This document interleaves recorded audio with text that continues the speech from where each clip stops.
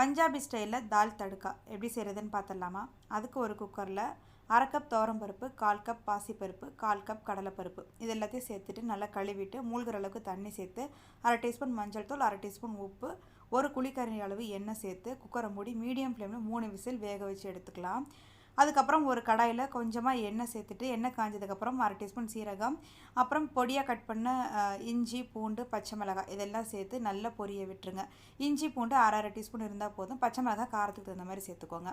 இது நல்லா பொரிஞ்சு வந்ததுக்கப்புறம் ஒரு பெரிய வெங்காயம் பொடியாக கட் பண்ணி சேர்த்துக்கலாம். இது வதங்குறதுக்கு கொஞ்சமாக உப்பு சேர்த்துட்டு அதுக்கப்புறம் நல்லா வதங்கி வந்ததுக்கப்புறம் 2 பழுத்த தக்காளி அதையும் நல்லா பொடியாக கட் பண்ணி சேர்த்துக்கோங்க. தக்காளி நல்லா குழஞ்சி வந்ததுக்கப்புறம் 1/4 டீஸ்பூன் மஞ்சள் தூள், 1/2 டீஸ்பூன் மிளகாய் தூள், 1/2 டீஸ்பூன் கரம் மசாலா, 1 டீஸ்பூன் மல்லித்தூள் சேர்த்து நல்லா எண்ணெய் பிரிஞ்சு வர அளவுக்கு வதங்கினதுக்கப்புறம் நம்ம வேக வச்சுருக்க இந்த பருப்பை சேர்த்துட்டு கொஞ்சமாக தண்ணி சேர்த்து இதை நல்லா கொதிக்க விட்டுறலாம். தண்ணி கொஞ்சம் தாராளமாகவே சேர்த்துக்கோங்க. இது நல்லா கொதித்து ஆறுனதுக்கப்புறம் நல்லா உங்களுக்கு சுண்டி நல்லா உங்களுக்கு கிரேவி டைப்பில் வந்துடும். ஸோ ஒரு 10 நிமிஷம் அப்படியே சிம்லேயே நல்லா கொதிக்க விட்டுருங்க.